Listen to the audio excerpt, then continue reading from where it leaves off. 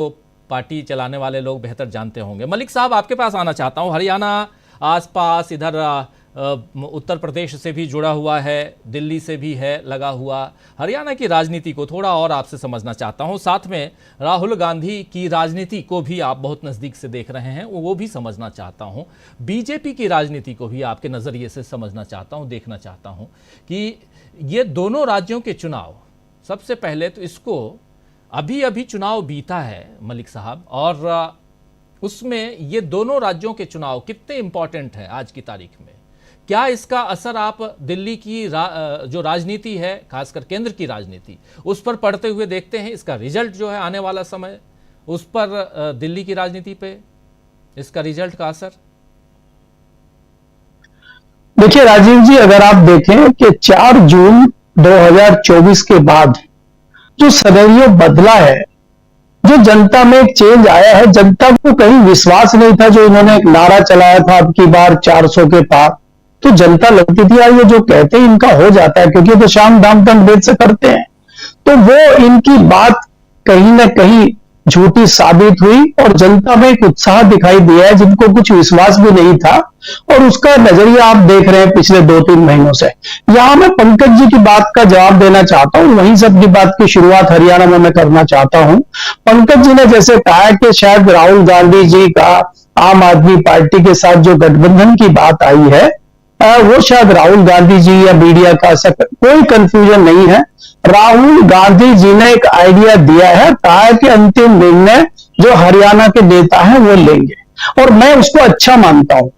उसके मैं 2 बड़े उदाहरण आपको देता हूं कि एक उदाहरण तो यह है कि आपको याद होगा जब अखिलेश यादव मध्य प्रदेश में सीटें मांग रहे थे तो कमलनाथ ने कहा था ये कौन है अखिलेश वखिलेश, और वहां बहुत अच्छे रिजल्ट नहीं रहे। पंकज जी बहुत बारीकी से मध्य प्रदेश को जानते हैं, क्योंकि जीत का अंतर बहुत बड़ा होने वाला है हरियाणा में कांग्रेस का, इसलिए कांग्रेस को 10-5 सीटों की कोई चिंता नहीं है।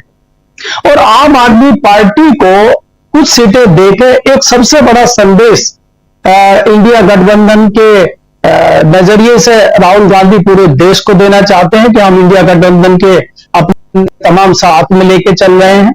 दूसरा, अगर आप हरियाणा में कुछ सीट जहां पे कांग्रेस को कोई जरूरत नहीं है किसी की, वहां भी आप आम आदमी पार्टी को साथ लेके चल रहे हैं, तो मुझे लगता है कि कल को आम आदमी पार्टी के साथ कांग्रेस क्लेम कर सकती है, चाहे वो गुजरात हो, चाहे वो अगले साल दिल्ली में होने वाले चुनाव हो, और कल को पंजाब में भी वो दावा कर सकती है कि भाई हमने हरियाणा में आपसे गठबंधन किया था तो आपको हमारे साथ यहाँ पे भी कुछ सीटें देनी चाहिए। तो उसमें बार्गेनिंग होने में एक अपर हैंड कांग्रेस का रहेगा।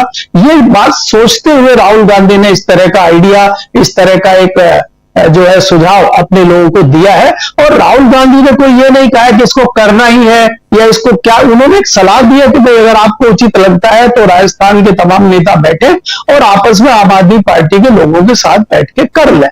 अगर जो तमाम नेता कांग्रेस के हैं हरियाणा के, और वो ये कहते हैं कि नहीं ये ठीक नहीं है, तो फिर राहुल गांधी ये भी दबाव नहीं डालेंगे कि नहीं नहीं करना ही है।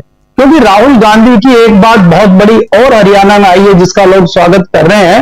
राहुल गांधी ने अपने नेताओं को यह भी संदेश दिया है कि चाहे कोई ऐसे कैंडिडेट हो जो अच्छे मार्जिन से जीत रहे हो लेकिन उनका अपराधी रिकॉर्ड रहा हो, तो उनको टिकट नहीं देना है। इस बात का स्वागत भी लोग हरियाणा में कर रहे हैं। अब ये हो गई कांग्रेस की बात। कांग्रेस को कोई दिक्कत हरियाणा में नहीं है, कांग्रेस बहुत अच्छी सीटें लेके आ रही है। और यहां पर भारतीय जनता पार्टी की बात करना बहुत जरूरी है। भारतीय जनता पार्टी अपनी जो उसकी एक आदत है, जो उसका एक सिस्टम है, शाम दाम दंड भेद करने पे वो चल रही है। हरियाणा में भी चल रही है, बाकी कश्मीर में भी चल रही है, और जहां भी उसको मौका मिलता है वहां चलती है। आपने देखा अभी बिहार में और झारखंड में कर रही है, वो बिहार में बहुत तेजी से ऑपरेशन लोटस चल रहा है।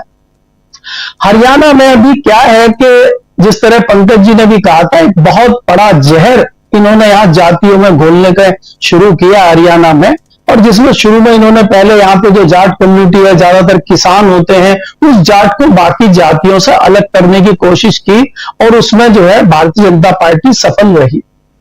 इस बार इस तरह की कोई चीजें नहीं चल, इन्होंने मेवात के इलाके में, बाकी जगहों में इस तरह की गो हत्या फलाना, इस मुद्दे को गर्म करने की कोशिश की, वो भी नहीं चला।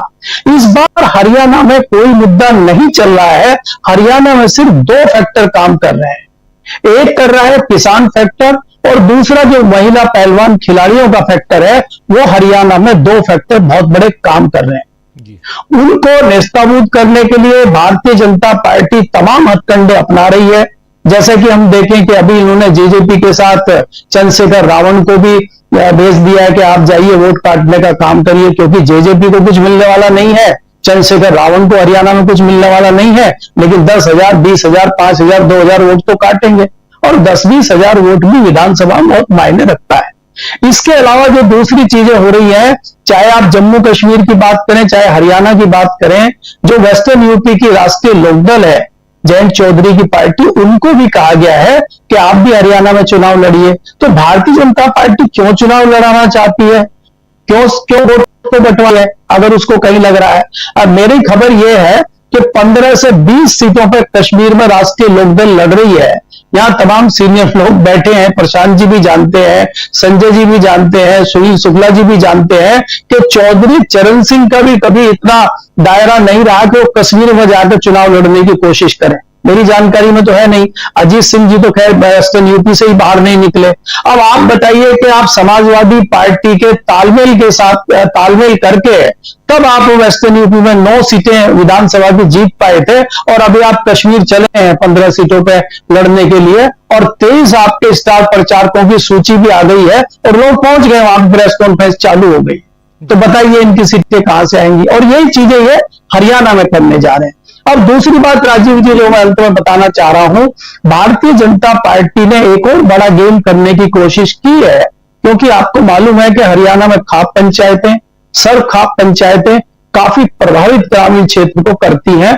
उसको तोड़ने के लिए, उनमें अपने पैड बिठाने के लिए तमाम उनके खाप पंचायतों के प्रतिनिधियों को, कुछ चौधरियों को पकड़ के और उनको हवाई जहाज में बिठाकर 8 दिन के लिए ट्रेनिंग के लिए उनको श्री श्री रविशंकर के आश्रम में बेंगलोर ले जाया गया।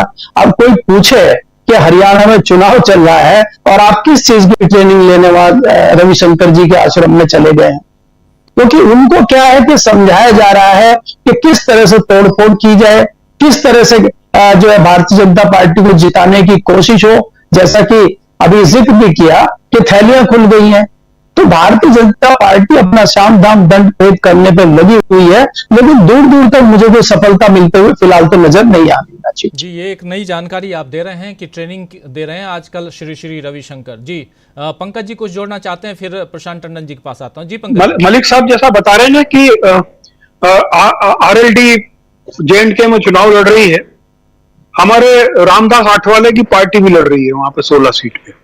और ये जो पार्टियों को तो इसलिए लड़ाया जाता है, ये कैंडिडेट डमी कैंडिडेट होते हैं, इनके थ्रू 2 नंबर के पैसे का जो ट्रेलिंग होती है और उसको ये पैसा वहां पे खर्चा दिखाते हैं, इनके नाम से जाता है और बीजेपी के कैंडिडेट्स के लिए खर्चा होता है। ये इसके लिए बहुत सारी जगह ये कैंडिडेट तो पार्टियों को खड़ा किया जाता है, क्योंकि इस नाम से इनका पैसे का फ्लो होता है।